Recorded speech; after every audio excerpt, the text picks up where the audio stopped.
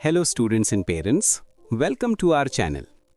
आज की वीडियो में हम सीबीएसई क्लास 8 के सिलेबस के बारे में बात करने जा रहे हैं। सीबीएसई का नया सिलेबस जो एनईपी 2020 का हिस्सा है, इसमें कई बदलाव आए हैं। अब फोकस ज़्यादा है स्टूडेंट्स की क्रिटिकल थिंकिंग, क्रिएटिविटी और कंसेप्चुअल अंडरस्टैंडिंग बढ़ाने पर। इसमें visually rich diagrams, real life examples और हैंड्स ऑन एक्टिविटीज शामिल की गई हैं ताकि लर्निंग और भी इंटरेस्टिंग और मीनिंगफुल बने। साथ ही टेक्नोलॉजी और मॉडर्न टीचिंग मेथड्स को भी पढ़ाई का हिस्सा बनाया गया है। इस रिवीजन में कुछ न्यू टॉपिक्स जोड़े गए हैं, पुराने सब्जेक्ट्स को थोड़ा रीस्ट्रक्चर किया गया है और ओवरऑल एक्सपेरिमेंटल लर्निंग यानी एक्सपीरियंस से सीखने पर ज्यादा जोर दिया गया है। तो आइए देखते हैं कि सब्जेक्ट्स में क्या क्या शामिल हैं। 5 कोर सब्जेक्ट्स होते हैं: मैथमेटिक्स, साइंस, इंग्लिश, हिंदी और सोशल साइंस। इन मुख्य सब्जेक्ट्स के अलावा स्टूडेंट्स कुछ अतिरिक्त विषय भी पढ़ सकते हैं, जैसे कंप्यूटर साइंस, जनरल नॉलेज यानी जीके, संस्कृत, उर्दू, अन्य स्थानीय भाषाएं और विदेशी भाषाएं जैसे फ्रेंच, जर्मन या स्पेनिश। इसके अलावा कोडिंग को भी नेशनल एजुकेशन पॉलिसी यानी एनईपी के तहत करिकुलम का हिस्सा बनाया गया है। हालांकि ये सब्जेक्ट्स हर स्कूल में थोड़ा अलग हो सकते हैं, इसीलिए स्कूल से भी पता कर लें। आज के वीडियो में हम सबसे पहले बात करेंगे क्लास 8 के कोर सब्जेक्ट्स की। उसके बाद हम डिस्कस करेंगे कि एग्जाम में स्टूडेंट्स को किस प्रकार के क्वेश्चन फॉर्मेट्स देखने को मिलेंगे। तो चलिए देखते हैं सिलेबस में क्या क्या शामिल है। हम शुरुआत करेंगे इंग्लिश से। इंग्लिश सिलेबस को 4 हिस्सों में बांटा गया है। पहला लिटरेचर यानी अंग्रेजी साहित्य, दूसरा रीडिंग कॉम्प्रिहेंशन यानी पठन बोध, तीसरा ग्रामर यानी व्याकरण और चौथा राइटिंग स्किल्स यानी लेखन कौशल। लिटरेचर के तहत अब एक ही टेक्स्ट बुक है जिसका नाम है पूर्वी। इसका मकसद है स्टूडेंट्स की भाषा और कम्युनिकेशन स्किल्स को बेहतर बनाना, नए चैप्टर्स और दिलचस्प एक्टिविटीज के जरिए। क्लास 8 में हम इस सीरीज का पार्ट 3 इस्तेमाल करेंगे। तो चलिए इस बुक के चैप्टर्स को एक एक करके देखते हैं। ये सारे चैप्टर्स कुछ खास थीम्स के आधार पर बनाए गए हैं, जिन्हें यूनिट्स कहा गया है। यूनिट 1 विट एंड विजडम यानी समझदारी और बुद्धि। इसमें 3 चैप्टर हैं। Chapter 1 the wheat that one hearts. ये लोक कथा दिखाती है कि समझदारी और चालाकी से किसी भी समस्या को हल किया जा सकता है और रिश्ते बनाए जा सकते हैं। Chapter 2 a concrete example. ये कविता बताती है कि सुंदरता हर इंसान की नज़र में अलग होती है और हर कोई अपनी सोच से दुनिया को देखता है। Chapter 3 wisdom paves the way. ये लोक कथा बताती है कि समझदार और ध्यान देने वाला व्यक्ति हर मुश्किल का हल निकाल सकता है। यूनिट 2 वैल्यूज एंड डिस्पोजिशंस यानी अच्छे गुण और आदतें। इसमें भी 3 चैप्टर हैं। Chapter 4 a tale of valour major Somnath Sharma and the battle of Badgam. ये कहानी मेजर सोमनाथ शर्मा की बहादुरी की है, जिन्होंने 1947 के भारत पाक युद्ध में वीरता दिखाई थी। Chapter 5 somebody's mother. ये कविता दया और दूसरों की मदद करने की भावना को समझाती है। Chapter 6 Verghese Kurien I too had a dream. ये डॉक्टर वर्गीज कुरियन की यादों पर आधारित है, जिसमें उन्होंने गांव के लोगों को मिलकर आगे बढ़ने की प्रेरणा दी थी। Unit 3 mystery and magic. यहां भी 3 चैप्टर हैं। Chapter 7 the case of the fifth word. ये कहानी एक लड़के जासूस की है जो एक गुप्त संदेश का राज खोलकर रहस्य सुलझाता है। Chapter 8 the magic brush off dreams. ये कविता कल्पना, रचनात्मकता और सपनों की ताकत के बारे में है। Chapter 9 spectacular wonders. ये लेख भारत के कुछ अद्भुत प्राकृतिक स्थलों के बारे में बताता है। यूनिट 4 एनवायरमेंट यानी पर्यावरण। यहां है chapter 10 the charity. Ruskin bond की यह कहानी प्रकृति और इंसान के जीवन के रिश्ते को दिखाती है। Chapter 11 harvest him. यह कविता प्रकृति की नेमतों के लिए आभार और सम्मान व्यक्त करती है। Chapter 12 waiting for the rain. यह कहानी गांव के जीवन की मेहनत और किसानों की बारिश पर निर्भरता को दिखाती है। यूनिट 5 साइंस एंड क्यूरियोसिटी यानी विज्ञान और जिज्ञासा। यहां अंतिम 3 चैप्टर्स हैं। Chapter 13 feathered friend. ये कहानी इंसानों के अलावा दूसरे जीवों के अच्छे प्रभाव को दिखाती है, जैसे एक छोटी सी चिड़िया जो एक अंतरिक्ष दल की मदद करती है। Chapter 14 magnifying glass. ये कविता दिखाती है कि अगर हम ध्यान से देखें और जिज्ञासु रहें तो हमारी दुनिया और भी दिलचस्प लगती है। Chapter 15, Bibha Chaudhuri, the beam of light that lit the path for women in Indian science. ये कहानी हिम्मत, खुद को साबित करने की ताकत और विज्ञान में महिलाओं को आगे बढ़ने की प्रेरणा देती है। तो लिटरेचर का हिस्सा यहीं खत्म होता है। अब बढ़ते हैं रीडिंग कॉम्प्रिहेंशन की तरफ। रीडिंग कॉम्प्रिहेंशन दो भागों में होता है, अनसीन पैसेज यानी अनदेखा गद्यांश और अनसीन पोएम यानी अनदेखी कविता। अब पहले बात करते हैं अनसीन पैसेज की। इसमें आपको किसी किताब, मैगजीन या अखबार के लेख से कुछ पैराग्राफ दिए जाएंगे और उनसे जुड़े सवाल अलग अलग तरीकों से पूछे जा सकते हैं। जैसे 1. गद्यांश में दी गई जानकारी को पहचानना। 2. मुख्य विचार समझना और उस पर निष्कर्ष निकालना। या फिर गद्यांश में आए शब्दों का मतलब समझना। अब आते हैं अनसीन पोएम पर। यहाँ भी आपसे ऐसे ही प्रश्न पूछे जा सकते हैं, जैसे 1. कविता की पंक्तियों का सही अर्थ समझना। 2. मुख्य किरदार या महत्वपूर्ण थीम पहचानना अगर जरूरी हो। और 3. ध्यान रहे, यहाँ इस्तेमाल की गई शब्दावली आम तौर पर आसान होती है। तो जब भी आप कोई अनसीन पैसेज या पोएम पढ़ें, कोशिश करें कि पहले उसका भाव और संदेश समझें, फिर सवालों के जवाब लिखना शुरू करें। अब बात करते हैं इंग्लिश ग्रामर यानी व्याकरण की। यहाँ हम सीखेंगे पार्ट्स ऑफ स्पीच, जैसे नाउन यानी संज्ञा, प्रोनाउन यानी सर्वनाम, वर्ब यानी क्रिया, एडजेक्टिव माने विशेषण और एडवर्ब यानी क्रिया विशेषण। टेंसेस यानी काल, तो ये पास्ट, प्रेजेंट और फ्यूचर 3 तरह के होते हैं। सेंटेंस स्ट्रक्चर, ये भी 3 तरह के होते हैं, सिंपल, कंपाउंड और कॉम्प्लेक्स। आर्टिकल्स यानी छोटे शब्द जैसे ए, एन और दा का सटीक प्रयोग। सब्जेक्ट वर्ब कॉनकॉर्ड, इसका मतलब है कि वर्ब को सब्जेक्ट के हिसाब से इस्तेमाल करना चाहिए। प्रेपोजिशंस, ये वो शब्द हैं जैसे इन, ऑन, एट, अंडर, बिटवीन। और कंजंक्शंस, एंड, बट, और, बिकॉज जैसे शब्द का सटीक प्रयोग। और इंटरजेक्शंस, यानी इसमें हम सीखेंगे कि ओह, वाओ, आउच, अलास आदि का कैसे प्रयोग करें। इसके अलावा मॉडल्स के बारे में भी चर्चा करेंगे। इसमें हम सीखेंगे कैन, मस्ट, कुड, वुड आदि का सही प्रयोग। और डिटर्मिनर्स के बारे में जानेंगे।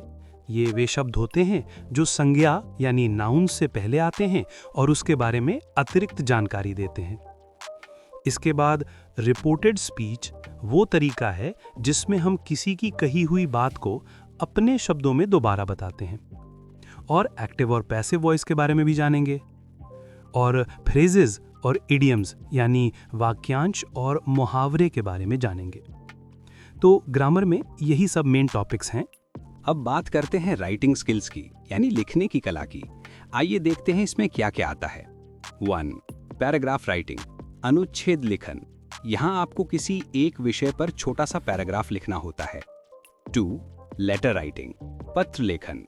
यहाँ आप कोई पत्र लिखते हैं, किसी दोस्त को, शिक्षक को या किसी अधिकारी को। 3. स्टोरी राइटिंग, कहानी लेखन।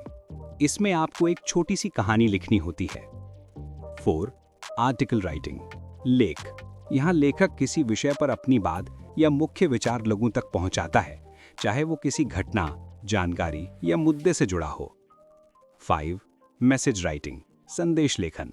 यहाँ किसी व्यक्ति से दूसरे व्यक्ति को भेजी गई छोटी सी जानकारी या बात। 6. नोटिस राइटिंग, सूचना लेखन। इसमें आपको स्कूल या किसी संस्था की तरफ से एक छोटी सी सूचना लिखनी होती है। 7.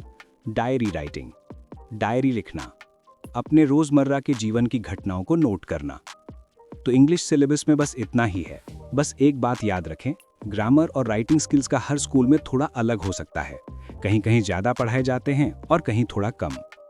अब हम साइंस की ओर बढ़ते हैं। सीबीएसई ने एक नई साइंस की किताब जारी की है जिसका नाम है क्यूरियोसिटी। इस किताब का नाम क्यूरियोसिटी इसलिए रखा गया है ताकि बच्चों में खोज, सोचने की क्षमता और सवाल पूछने की आदत को बढ़ावा दिया जा सके। जो कि राष्ट्रीय शिक्षा नीति यानी नेशनल एजुकेशन पॉलिसी 2020 का भी मकसद है। क्लास 8 में हम इस सीरीज का पार्ट 3 इस्तेमाल करेंगे। इस किताब में कुल 13 चैप्टर्स हैं। चलिए देखते हैं कि इसमें क्या क्या है।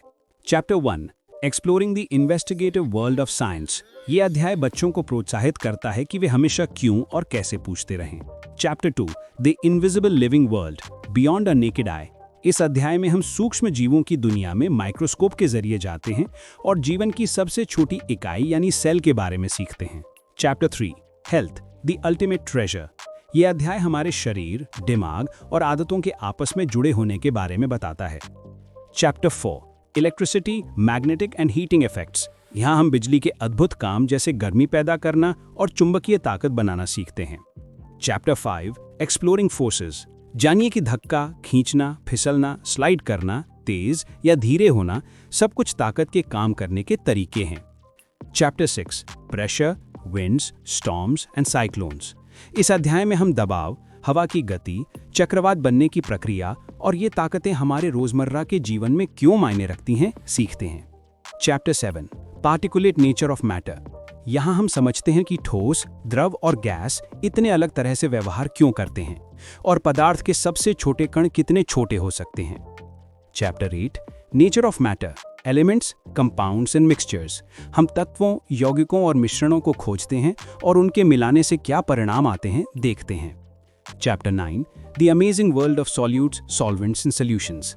इस अध्याय में हम रोजमर्रा के घोलों और समाधानों के पीछे की विज्ञान को समझते हैं।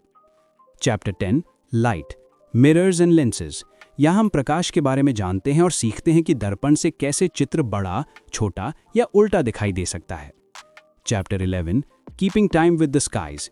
इस अध्याय में हम समय और आकाशीय पिंडों जैसे सूरज, चांद की गति के बीच के संबंध को देखते हैं। Chapter 12 how nature works in harmony. हम पानी, धूप, पौधे, जानवर और इंसानों के बीच जुड़े हुए रिश्तों की खोज करते हैं। Chapter 13 our home, earth, a unique life sustaining planet. यहाँ हम समझते हैं कि पृथ्वी को एक ऐसा ग्रह क्या बनाता है जो जीवन के लिए अनुकूल और सुरक्षित है। तो क्लास 8 के साइंस के सिलेबस में बस इतना ही है। हम अलग अलग वीडियो में प्रत्येक अध्याय की विस्तृत व्याख्या करेंगे। चलिए आगे बढ़ते हैं। अब चलिए मैथमेटिक्स, गणित के सिलेबस को समझते हैं। सीबीएसई ने एक नई मैथमेटिक्स की किताब जारी की है जिसका नाम गणित प्रकाश है। क्लास 8 के स्टूडेंट्स इस सीरीज के पार्ट 3 का इस्तेमाल करेंगे जिसमें कुल 7 चैप्टर्स हैं। तो चलिए एक एक करके सभी चैप्टर्स को देखते हैं। Chapter 1 a square and cube. इस चैप्टर में हम स्क्वायर यानी वर्ग और क्यूब यानी घन की विशेषताओं के बारे में सीखते हैं और साथ में पूर्ण संख्याओं के स्क्वायर रूट यानी वर्गमूल और क्यूब रूट यानी घनमूल भी। Chapter 2 power play. यहाँ हम घातांक यानी एक्सपोनेंट्स, घातांक के विभिन्न नियम आदि के बारे में जानते हैं। Chapter 3 a story of numbers. इस चैप्टर में हम संख्या प्रणाली, परिमेय संख्याएं और साथ में संख्याओं की तुलना और क्रम के बारे में सीखते हैं। Chapter 4 quadrilaterals. यहाँ हम विभिन्न प्रकार के क्वाड्रिलेटरल्स यानी चतुर्भुज और उनकी विशेषताओं को समझते हैं। Chapter 5 number play. इस चैप्टर में हम फिर से फैक्टर्स, मल्टीपल्स, डिविजिबिलिटी रूल्स यानी विभाज्यता के नियम, प्राइम और कॉम्पोजिट नंबर्स के बारे में गहराई से सीखते हैं। Chapter 6 we distribute yet things multiply. हम बीजगणितीय अभिव्यक्तियों यानी अलजेब्रिक एक्सप्रेशंस, उनका गुणा, वितरण गुण यानी डिस्ट्रीब्यूटिव प्रॉपर्टी आदि के बारे में सीखते हैं। Chapter 7 proportional reasoning. यहाँ हम अनुपात और समानुपात यानी रेशो एंड प्रोपोर्शन के बारे में जानते हैं और प्रत्यक्ष अप्रत्यक्ष अनुपात की समझ हासिल करते हैं। क्लास 8 सोशल साइंस के सिलेबस में अब एक ही किताब है जिसका नाम है exploring society, India and beyond. हम इस सीरीज का पार्ट 3 इस्तेमाल करेंगे। इस किताब में कुल 7 चैप्टर्स हैं जो 4 थीम यानी विषयों में बांटा गया है। अब चलिए देखते हैं इसमें क्या क्या है। सबसे पहले theme A, India and the world, land and the people. इसमें 8 चैप्टर्स हैं। Chapter 1 natural resources and their use. यहाँ हम जानेंगे कि अलग अलग प्रकार के संसाधन क्या हैं, उनका वितरण कैसे होता है और इन्हें सस्टेनेबल यानी टिकाऊ तरीके से कैसे इस्तेमाल किया जा सकता है। Theme B tapestry of the past, अतीत के चित्रपट। इस थीम में 3 चैप्टर्स हैं।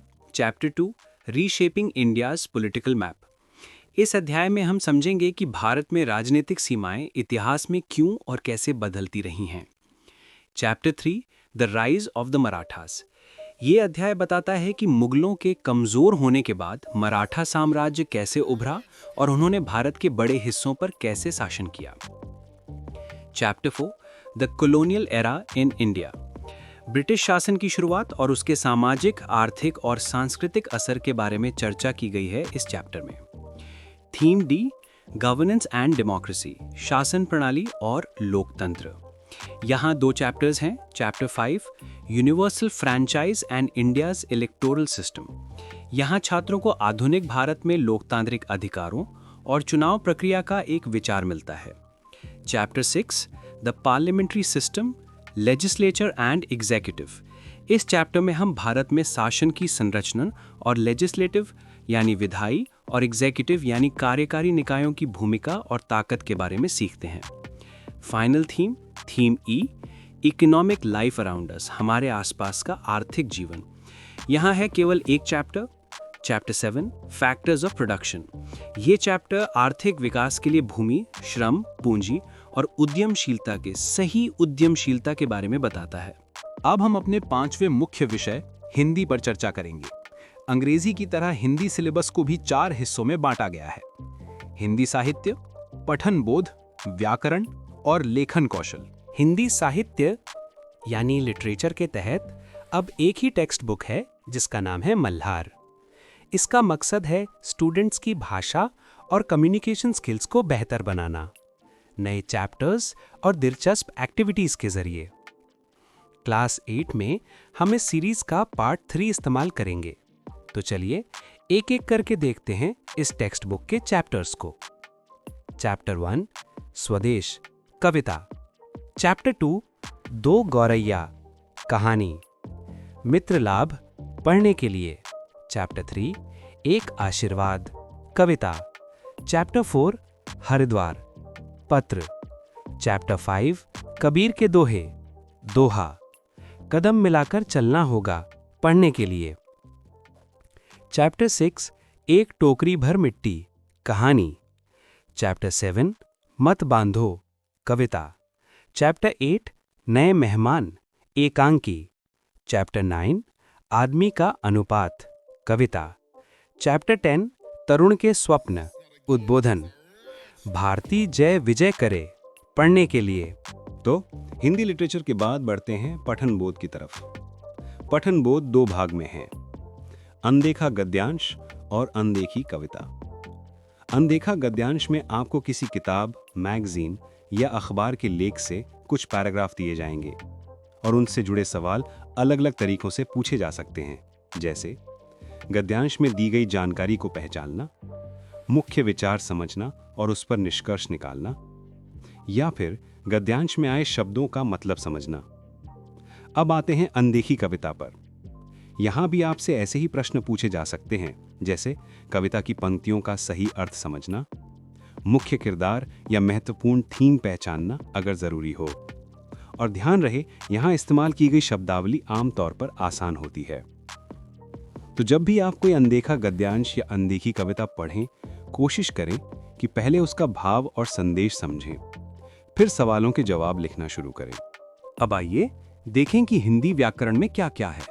हमारे पास जो लिस्ट है वो है भाषा, लिपि और व्याकरण, वर्ण विचार, शब्द विचार, संज्ञा, संज्ञा के विकार, क्रिया, विशेषण, क्रिया विशेषण, सर्वनाम, वचन, कारक, काल, वाच्य, अव्यय या अविकारी शब्द, संधि, उपसर्ग, प्रत्यय, विराम चिन्ह, मुहावरे और लोकोक्तियां, वाक्यों का संशोधन, समास, वाक्य विचार और शब्द भंडार। अब बात करते हैं लेखन कौशल की। आइए देखते हैं इसमें क्या क्या आता है। 1 अनुच्छेद लेखन। यहां आपको किसी एक विषय पर छोटा सा पैराग्राफ लिखना होता है। 2 पत्र लेखन। यहाँ आप कोई पत्र लिखते हैं, किसी दोस्त को, शिक्षक को या किसी अधिकारी को। 3. कहानी लेखन। इसमें आपको एक छोटी सी कहानी लिखनी होती है। 4. लेख। यहाँ लेखक किसी विषय पर अपनी बात या मुख्य विचार लोगों तक पहुंचाता है, चाहे वो किसी घटना, जानकारी या मुद्दे से जुड़ा हो। 5. संदेश लेखन। यहाँ किसी व्यक्ति से दूसरे व्यक्ति को भेजी गई छोटी सी जानकारी या बात। 6. सूचना लेखन। इसमें आपको स्कूल या किसी संस्था की तरफ से एक छोटी सी सूचना लिखनी होती है। और 7. डायरी लिखना। अपने रोजमर्रा के जीवन की घटनाओं को नोट करना। तो हिंदी सिलेबस में बस इतना ही है। बस एक बात याद रखें, व्याकरण और लेखन कौशल हर स्कूल में थोड़ा अलग हो सकता है। अब बात करते हैं सीबीएसई एग्जाम पैटर्न की, जो क्लास 8th में फॉलो किया जाता है। पूरा साल 2 टर्म्स में बटा होता है और हर टर्म में 100 मार्क्स का असेसमेंट होता है। इन 100 मार्क्स में से 80 मार्क्स होते हैं रिटन एग्जाम्स के, यानी हाफ ईयरली और एनुअल एग्जाम्स के, और 20 मार्क्स होते हैं इंटरनल असेसमेंट के, जिसमें 3 चीजें शामिल हैं: periodic tests 10 marks, notebook submission 5 marks, subject enrichment activities 5 marks. अब आते हैं रिटन एग्जाम्स पर। हाफ ईयरली एग्जाम में सिलेबस के पहले हिस्से के चैप्टर्स आते हैं और एनुअल एग्जाम में दूसरे हिस्से का सिलेबस पूछा जाता है। अब बात करते हैं क्वेश्चन फॉर्मेट की। एग्जाम में दोनों तरह के सवाल आते हैं, ऑब्जेक्टिव और सब्जेक्टिव। ऑब्जेक्टिव में MCQs और सब्जेक्टिव में शॉर्ट आंसर और long answer type questions, case based questions, picture based questions पूछे जाते हैं। साथ ही अब एग्जाम्स में कॉम्पिटेंसी बेस्ड क्वेश्चंस भी शामिल किए जाते हैं, जो सिर्फ रटकर नहीं बल्कि समझकर लिखने की क्षमता को चेक करते हैं। सीधा सा मतलब यह है कि CBSE अब स्टूडेंट्स की कॉन्सेप्ट क्लैरिटी, लॉजिकल थिंकिंग और प्रैक्टिकल अंडरस्टैंडिंग पर ज्यादा ध्यान दे रहा है। तो आज के लिए बस इतना ही। Thank you.